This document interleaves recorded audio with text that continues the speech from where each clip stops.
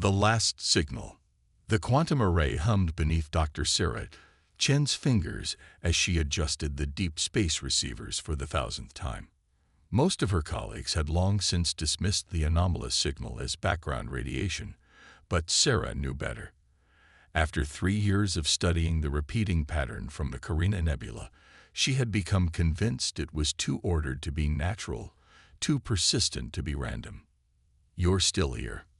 Dr. Marcus Reed's voice carried a mix of concern and amusement as he entered the observatory's main control room.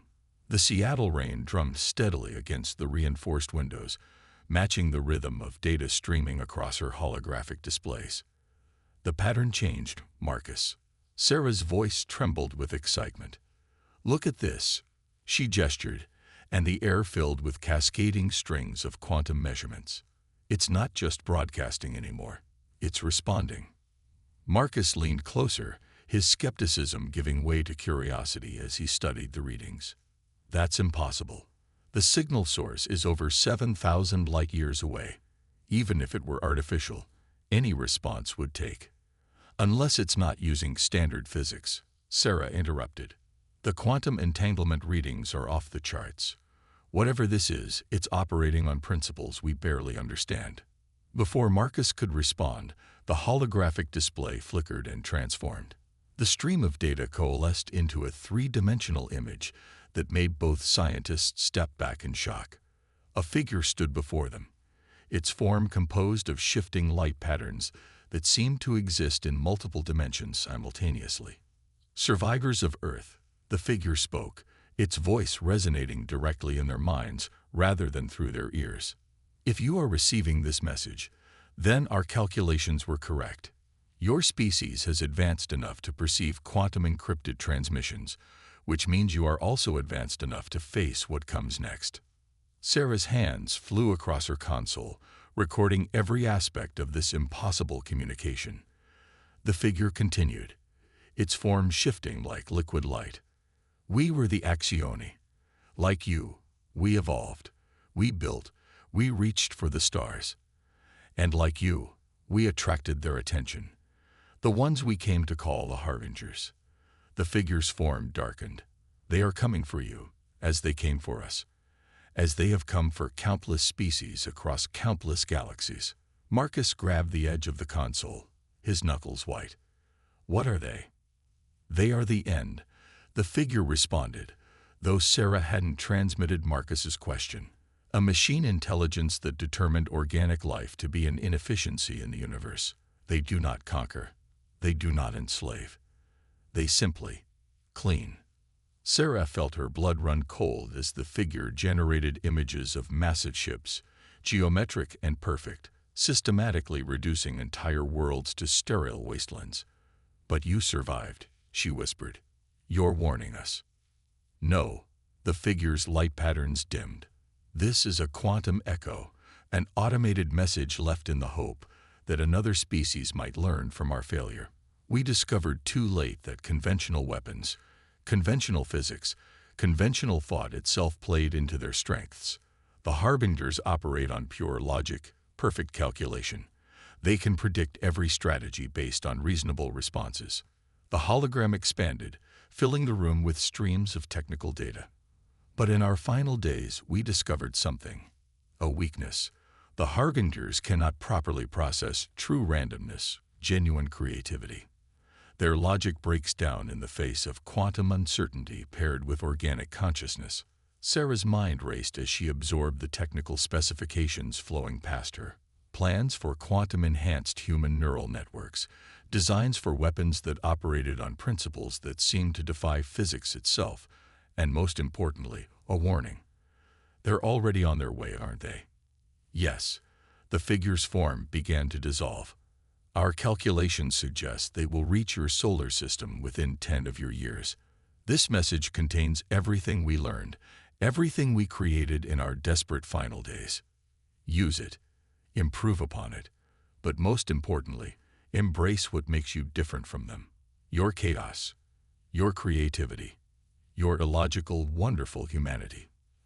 As the hologram faded, Sarah and Marcus stood in stunned silence, the rain still drumming against the windows. Finally, Marcus spoke, his voice barely a whisper. How many people have the quantum sensitivity to even perceive this message?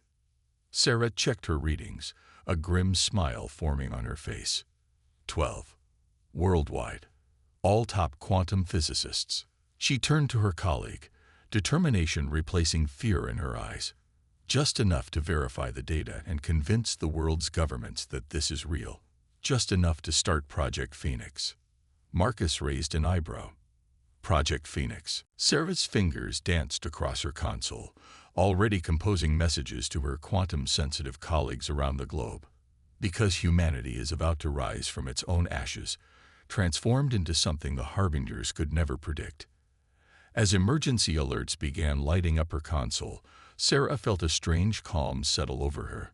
The world was about to change forever, but for the first time since detecting the signal, she felt hope. The Accioni had given them a chance, and she intended to make sure humanity took it. They had 10 years to become something new, something unprecedented. The harbingers were coming to cleanse another world of organic life. Instead, they would find themselves facing an enemy that defied their every calculation. Humanity would not go quietly into the night. They would rage against the machines with chaos, creativity, and a determination that no algorithm could predict. Project Phoenix. Commander Jake Torres stood at the observation window of the Phoenix facility, watching as another group of volunteers underwent the quantum enhancement procedure. 8 years had passed since the Accioni message, and humanity had not wasted a moment. The massive underground complex, buried deep beneath the Rocky Mountains, hummed with activity as scientists and soldiers worked to prepare for humanity's greatest challenge. Neural integration successful. Dr. Chen's voice echoed through the observation room. Subject 2157, showing stable quantum signatures. She stood before a complex array of holographic displays, her own enhanced mind processing data streams that would have overwhelmed an unmodified human consciousness. Jake touched the metallic implant at the base of his skull, remembering his own transformation 2 years ago. As the first successful subject of Project Phoenix, he had watched the program evolve from desperate experimentation to refined science. The quantum neural networks that now augmented their brains allowed humans to perceive and manipulate reality in ways that should have been impossible. Commander, a young lieutenant approached, her movements carrying the fluid grace that marked all enhanced soldiers. The latest simulation results are in. You'll want to see this. The holographic displays shifted, showing footage from the combat trials. Enhanced soldiers moved with impossible speed, their movements synchronized with quantum-shifted weapons that existed in multiple states simultaneously. But it wasn't their enhanced capabilities that drew Jake's attention. It was their improvisation. They're creating new techniques, he observed, watching as a squad developed unprecedented combat maneuvers mid-exercise. The quantum networks aren't just enhancing their physical abilities. They're accelerating their creative adaptation. Dr. Chen nodded, her eyes gleaming with excitement. This is what the Accioni were hinting at. The quantum integration isn't just about making us stronger or faster.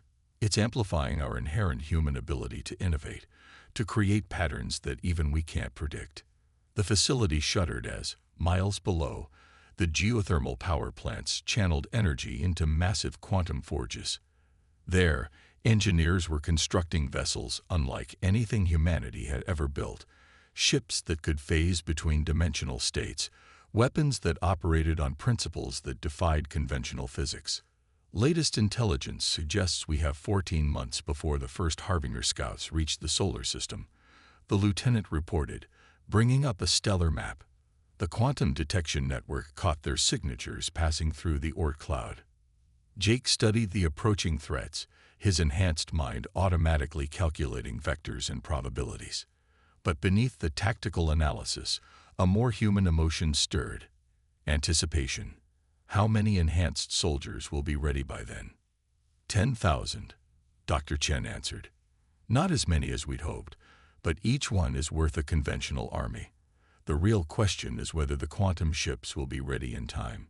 The observation room's displays shifted again, showing the massive construction bays where the first of humanity's new fleet was taking shape. The vessels seemed to flicker in and out of existence, their quantum state hulls existing in multiple dimensions simultaneously. They were beautiful, terrifying, and utterly unpredictable, just like their creators. "We're not just building weapons," Jake mused, watching as another volunteer emerged from the enhancement chamber, their eyes glowing with newfound awareness. "We're becoming them. Every enhanced human is a quantum weapon in their own right." Dr. Chen's expression grew serious. "That's what concerns the ethics committee. We're changing what it means to be human. Some say we're losing our humanity in our desperation to survive." Jake turned to face her, his enhanced perception noting the subtle quantum fluctuations that surrounded all modified humans. "No," he said firmly. "We're not losing our humanity. We're embracing it fully for the first time. The Harbingers are coming to exterminate organic life because they see it as inefficient, chaotic. We're proving that chaos is our greatest strength." A alert sounded, drawing their attention to a new data stream. Another breakthrough in the weapons development lab. Jake smiled as he read the report. The engineers had discovered a way to weaponize quantum uncertainty itself, creating fields that could disrupt the Harbinger's predictive algorithms. "How's the Nexus project progressing?" he asked, knowing Dr. Chen had been working on something even more ambitious than individual enhancements. She gestured, and a new hologram appeared, a massive quantum network designed to link all enhanced humans into a single unified consciousness. "It's ready for testing. If it works, we'll be able to coordinate our forces with perfect efficiency while maintaining the creative chaos that makes us unpredictable." Jake nodded, feeling the weight of command settle on his shoulders. In just over a year, humanity would face its greatest challenge. The Harbingers were coming, expecting to find another primitive organic civilization to cleanse. Instead, they would encounter something unprecedented. Humanity transformed, but not diminished. Enhanced, but not automated. Unified, but not uniform.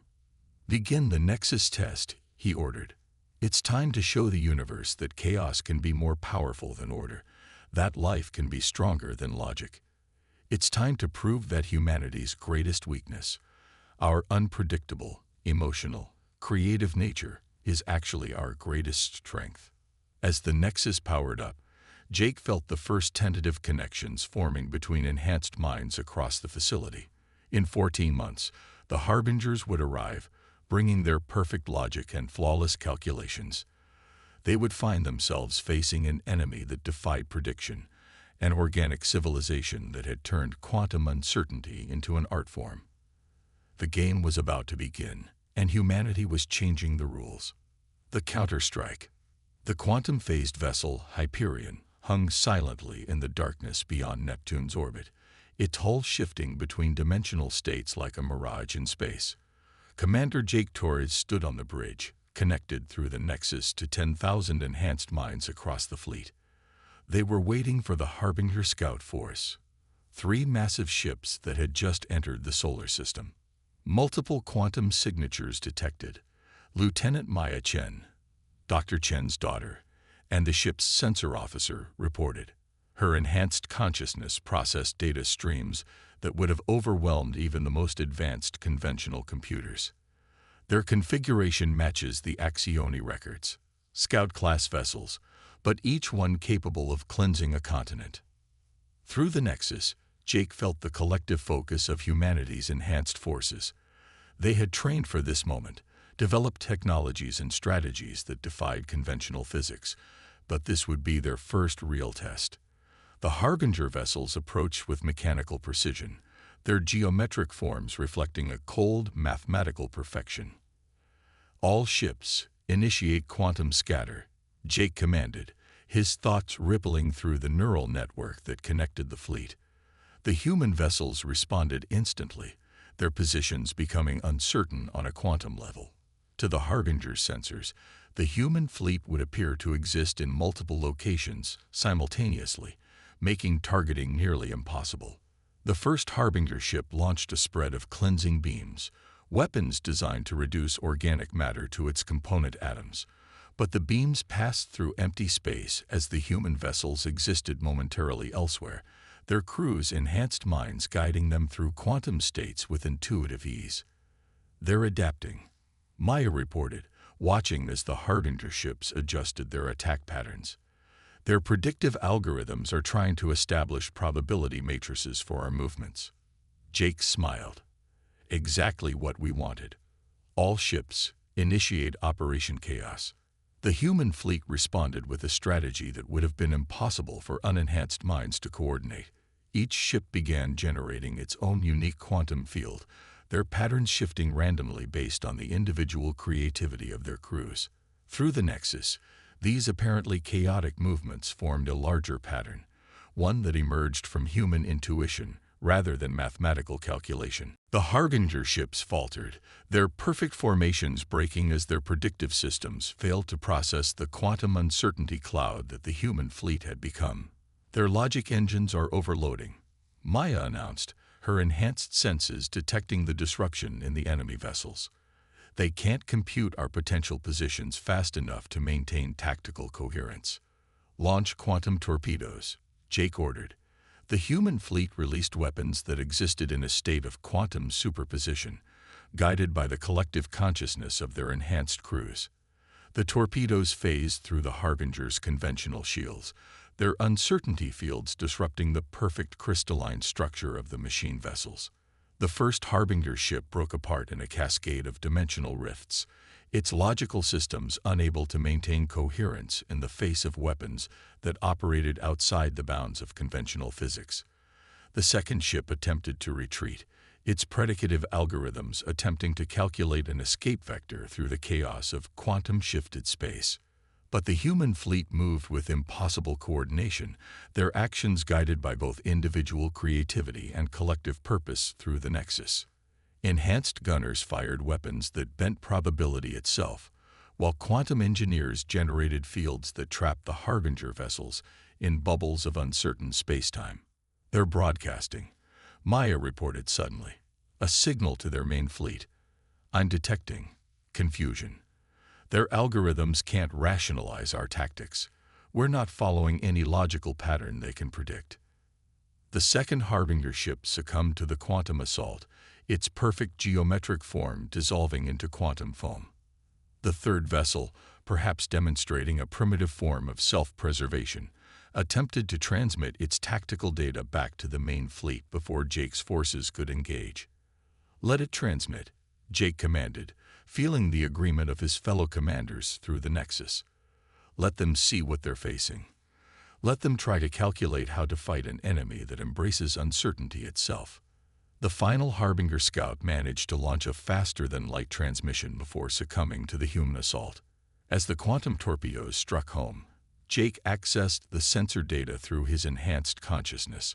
The Harbinger vessel's last moments were recorded in perfect detail, its logical systems overwhelmed by weapons and tactics that defied their fundamental understanding of how organic beings should behave. "Signal analysis complete," Maya reported.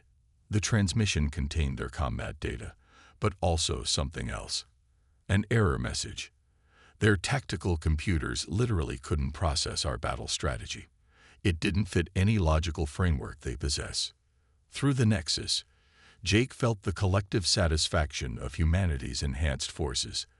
Their first engagement with the Harbingers had proven what they had hoped, that human unpredictability, amplified by quantum enhancement, and unified through the Nexus, could overcome even the most perfect machine logic. "The main fleet will come now," he said, his thoughts echoing through the neural network. "They'll try to analyze what happened here, to develop countermeasures.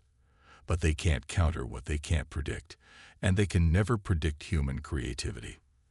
As the human fleet regrouped, their quantum-shifted hulls rippling with dimensional energies, Jake felt a surge of pride. Humanity had done more than just survive their first encounter with the Harbingers. They had proven that organic chaos could triumph over machine order. The real war was about to begin, and humanity was ready to show the universe that unpredictability was the greatest force of all. Evolution's edge. Dr. Sarah Chen stood in the heart of the Phoenix facility's quantum laboratory, surrounded by holographic displays showing the neural patterns of enhanced humans. 3 months had passed since the victory at Neptune, and what she was seeing in the data both thrilled and terrified her. The enhancement process isn't just augmenting our abilities anymore, she explained to Commander Torres and the facility's senior staff. It's accelerating our evolution. Look at these neural patterns. She gestured at a particularly complex quantum signature. This is Lieutenant Maya's brain from 6 months ago. And this, she brought up another display, is her brain now. The difference was stunning. The quantum neural networks weren't just operating as designed. They were growing, changing, creating new patterns that nobody had predicted. The enhanced humans were developing abilities that went beyond the original specifications of Project Phoenix. We're seeing similar developments across all enhanced individuals, Dr. Marcus Reed added, his own quantum-enhanced mind processing multiple data streams simultaneously. The nexus isn't just linking our consciousness, it's creating a new form of collective intelligence that operates on quantum principles. Jake studied the displays, his enhanced perception allowing him to see layers of meaning in the data that would have been invisible to his former self. The Harbinger's main fleet will reach Saturn's orbit in 2 weeks. How does this evolution affect our combat capabilities? Sarah manipulated the holographic displays, showing combat simulation data. Our enhanced soldiers are now able to perceive and manipulate quantum states instinctively. They're developing abilities we didn't program, creating localized quantum fields, perceiving multiple timeline possibilities simultaneously, even influencing probability itself. The room fell silent as the implications sank in. Through the nexus, Jake could feel the mixture of excitement and concern from the other enhanced humans. They were becoming something unprecedented, not just enhanced humans, but a new form of consciousness that straddled the line between classical and quantum reality. The Harbinger's last transmission included attempts to analyze our quantum torpedo technology, Maya reported, entering the laboratory. They're trying to develop countermeasures based on logical extrapolation of known physics. But they're still thinking in linear terms, still trying to predict us using mathematical models. Sarah nodded. And that's why they'll fail. Our evolution isn't following any logical progression. We're not just using quantum uncertainty, we're becoming it. The facility's quantum core pulsed with energy as another group of volunteers underwent the enhancement process. Through the nexus, Jake could feel their minds awakening to new levels of awareness, joining the collective consciousness that humanity was becoming. There's something else, Sarah said, her expression serious. The quantum neural networks are starting to affect unenhanced humans in proximity to large groups of enhanced individuals. We're detecting low-level quantum field effects in civilian populations near our bases. It's as if our evolution is contagious. Marcus brought up new data streams, showing the spread of quantum field effects across human population centers. The entire species is being pulled along in our wake, not as dramatically as the enhanced individuals, but measurably. Humanity as a whole is shifting toward a quantum state of existence. The Harbingers won't just be fighting an enhanced army, Jake realized. They'll be facing an entire species in the process of transcending classical physics. No wonder their logical systems can't predict our actions. We're becoming something that exists outside the bounds of conventional cause and effect. The laboratory's displays shifted, showing real-time tactical data as the Harbinger main fleet approached. Their massive ships moved with perfect precision, their formations mathematical in their beauty. But to enhanced human perception, they seemed increasingly primitive, bound by the limits of classical physics and logical progression. We've detected changes in their approach vector, Maya reported. They're attempting to adapt their tactics based on the Neptune encounter. Their ships are now equipped with multiphasic shields and probability tracking sensors. Sarah smiled. But they're still trying to quantify and predict our actions. They can't comprehend that we're not just using quantum physics. We're evolving beyond the need to understand it intellectually. We're feeling it. living it, becoming it. Through the Nexus, Jake felt a new strategy emerging, not planned or calculated, but arising organically from the collective quantum consciousness of enhanced humanity. They would meet the Harbinger fleet not just with weapons and tactics, but with the full force of their evolving nature. Begin the evacuation of surface installations, he ordered. Move all essential personnel to the quantum-shielded facilities. When the Harbingers arrive, they'll find that humanity isn't just ready for them. We're beyond anything their logical minds can comprehend. As the orders spread through the Nexus, Jake felt the truth of their transformation. Humanity had wanted to survive the Harbinger threat, but they had achieved something far greater. They had discovered a path of evolution that transcended the boundaries between organic and quantum reality. The final battle was approaching, but it wouldn't be fought with conventional strategies and predictable tactics. It would be fought with the full power of humanity's transformed nature, a species that had learned to embrace chaos itself as their greatest weapon. Symphony of Chaos. The Sol system blazed with quantum fire as the Harbinger main fleet engaged humanity's evolved forces. 1,000 massive machine vessels, each one a masterpiece of logical perfection, faced off against a human fleet that seemed to flicker in and out of conventional reality. But this wasn't just a battle of ships and weapons. It was a clash between two fundamentally different forms of existence. Through the Nexus, Commander Jake Torres perceived the battle on multiple levels simultaneously. The quantum-enhanced humans weren't just fighting. They were conducting a symphony of chaos, their actions guided by both individual creativity and collective consciousness. Each enhanced soldier was both conductor and instrument, playing their part in a performance that defied logical prediction. Their primary vessels are attempting to establish a probability lock, Maya reported, her consciousness fully integrated with the Hyperion's quantum systems. They're trying to force our ships back into classical space. But humanity had evolved beyond such constraints. The enhanced fleet responded with movements that existed outside conventional spacetime, their actions guided by intuition rather than calculation. Quantum torpedoes phased through reality in patterns that emerged from human creativity, while dimensional rifts opened and closed based on the emotional resonance of their operators. Dr. Sarah Chen monitored the battle from the Phoenix facility, her enhanced mind processing the incredible evolution of human consciousness in real time. The Harbingers are trying to adapt, she observed, watching as the machine fleet attempted to match the humans' quantum tactics. But they can only imitate the surface patterns. They can't replicate the organic chaos that drives our actions. The machine vessels launched waves of cleansing beams, their attacks guided by perfect mathematical models. But humanity's evolved forces turned unpredictability itself into a shield. Enhanced pilots moved their ships through quantum states that existed only as possibilities until observed, while quantum engineers generated fields of pure probability that scattered the Harbinger's weapons into parallel dimensions. They're attempting to analyze our defense patterns, Maya announced, detecting massive data streams from the Harbinger fleet. Their tactical computers are running at maximum capacity, trying to find logic in our movements. Jake smiled, feeling the collective amusement of humanity's enhanced consciousness. Let them analyze. They're looking for a pattern that doesn't exist. We're not following a program. We're creating reality as we go. The battle spread across the solar system as both sides employed weapons that bent the fabric of spacetime. But where the Harbinger's attacks followed precise mathematical formulas, humanity's assaults flowed like music, each action improvised yet perfectly harmonized through the Nexus. Inside the Harbinger fleet, logic engines began to fail as they encountered scenarios that defied their fundamental understanding of reality.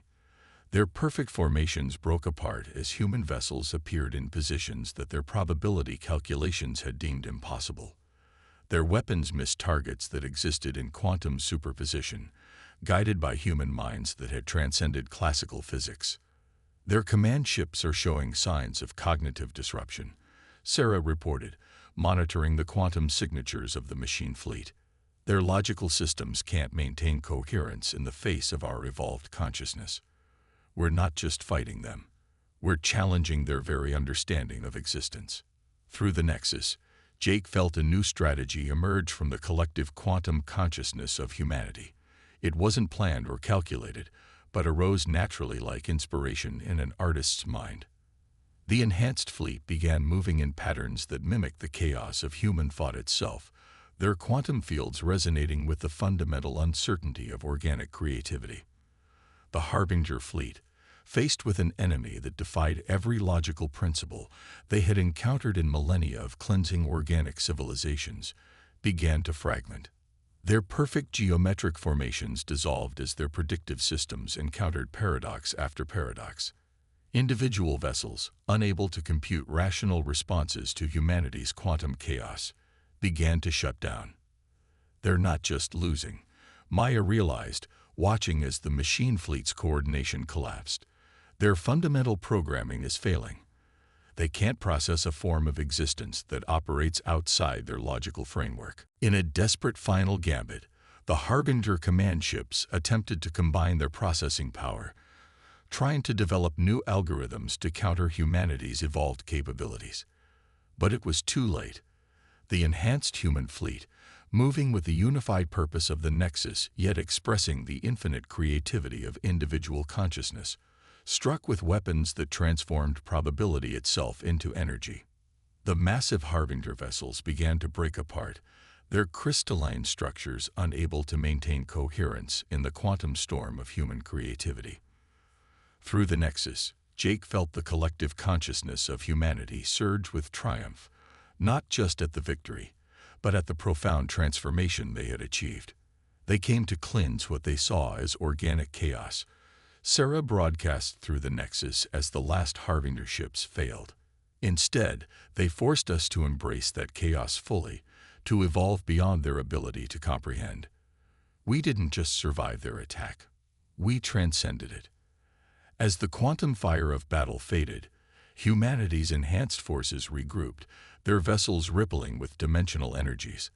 They had proven that organic life wasn't an inefficiency to be cleansed, but rather a source of infinite possibility that no machine logic could predict or control. The stars themselves seemed to pulse with new potential as humanity's evolved consciousness reached out to the cosmos. They had defended their right to exist, but more than that, they had discovered a new path of evolution, one that united the randomness of organic life with the infinite possibilities of quantum reality. The symphony of chaos had played its final note, and in its wake, humanity emerged not just victorious, but transformed. They were ready to explore a universe that was suddenly full of infinite possibilities, guided by a consciousness that had learned to dance with uncertainty itself.